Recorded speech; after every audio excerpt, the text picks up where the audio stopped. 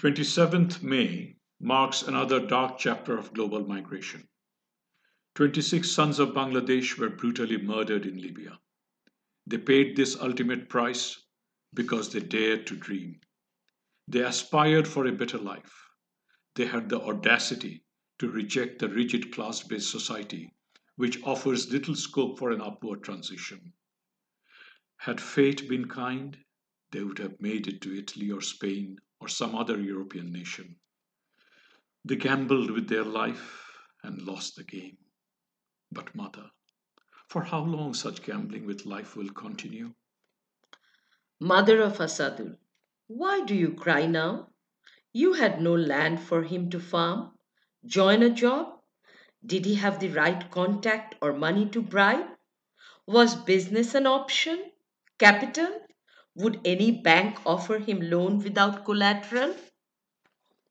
You surely knew the risk he was taking. No, no, please don't cry. Rather look at you. You are all over the news, beating your chest, crying for your son. Could you ever have imagined capturing the limelight in this way if Asadul did not meet this fate? You and your son committed a crime. You are expected to remain contented as you were born, not to dream, and eventually leave this world without ruffling any feather. I distinctly remember. Around the new millennium, Jamila's mother also dreamt that her daughter could live happily ever after. When a handsome, smart young man asked for her daughter's hand, she felt as if she has found a gold nugget. Did she think for a second that her daughter could be trafficked to a brothel in a neighboring country? Jamila's mother never saw her daughter again. With deep wound in her heart, isn't she alive? You will also learn to live the way she has. Perhaps you have heard that we have enacted an anti trafficking law in 2012. So many judges, lawyers, and police had been trained to enforce the law. So many NGOs have taught the villagers how to file FIRs. So many dramas have been aired in TV channels. Perhaps you thought the traffickers would be scared. Oh, mother, if only you knew that out of 5,700 cases, around 250 have been resolved. The kingpins remain above the law. Who will dare to give evidence against them? 54 foot soldiers have been convicted. Be contented with that. To be frank, mother, your son should have known better. He should have remembered the mass graves of both sides of the Thai Malaysia border around 2015-16, the skeleton like bodies of the rescued. At that time, also, there were so many mothers in grief, just as you are today. But I must say, your son did not lack courage. He went from Madaripur, Benapole to Kolkata by bus, and from Kolkata by plane to Mumbai, Dubai, Cairo, Benghazi, and finally almost there to Tripoli. What's that, you ask? Why have the Western powers made such a mess to the countries like Iraq, Iran, Kuwait, and Libya, where our men used to go for work? Why have they enacted a policy of fortress Europe when employers of those countries are too happy to use irregular migrants? Why the developed states have not treated trafficking with the same vigor as radical extremism? Perhaps they thought they have played their due part by shuffling Bangladesh periodically between tier 2 and 3 in the trafficking index report. Mother, I'm exhausted with your questions. Yes, you are right.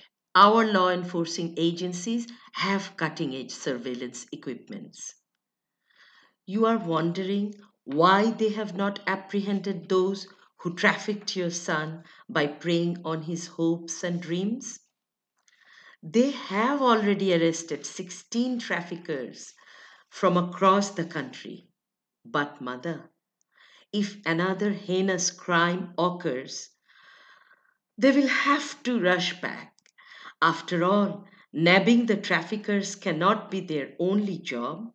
They have so many other nationally important business to attend. I know a young man named Zillur. He was stranded in Libya while trying to go to Europe. Zillur left the country on a tourist visa to Sudan through Chittagong airport. Isn't it strange that our immigration officers did not think it odd that an illiterate person with no history of travel and a brand new passport should suddenly decide to go to Sudan for tourism? Did Border and Coast Guard spare a thought as to why hundreds of poor Bangladeshis were migrating by boat to Thailand? Can you recall any case where a member of law enforcement or of the civil administration held accountable for their tragedies? In political science, we call this impunity. I do not expect you to understand this term, Mother. After all, you were not fortunate enough to attend school. Mother, I used to dream like you. I called the migrants today's freedom fighters. In 1971, freedom fighters gave us independence. Today, migrants are pushing the country forward by earning foreign exchange. We even framed a slogan: the sweat of the migrants' earning keeps the wheels of the country turning. 25 years of my life I have dedicated to this cause. But today, I can celebrate migration no more. My heart has been broken with yours. I can no longer paint migration as a life enhancing experience for many. Neither can I call it a tool for development with the conviction I once did. For the poor rural families, migration has turned into an enticement to enter the jaws of death, or at best, the quickest path to impoverishment. Oh, Mother, if it's possible, please forgive us. No, no, Mother, never, never forgive us, not at any cost.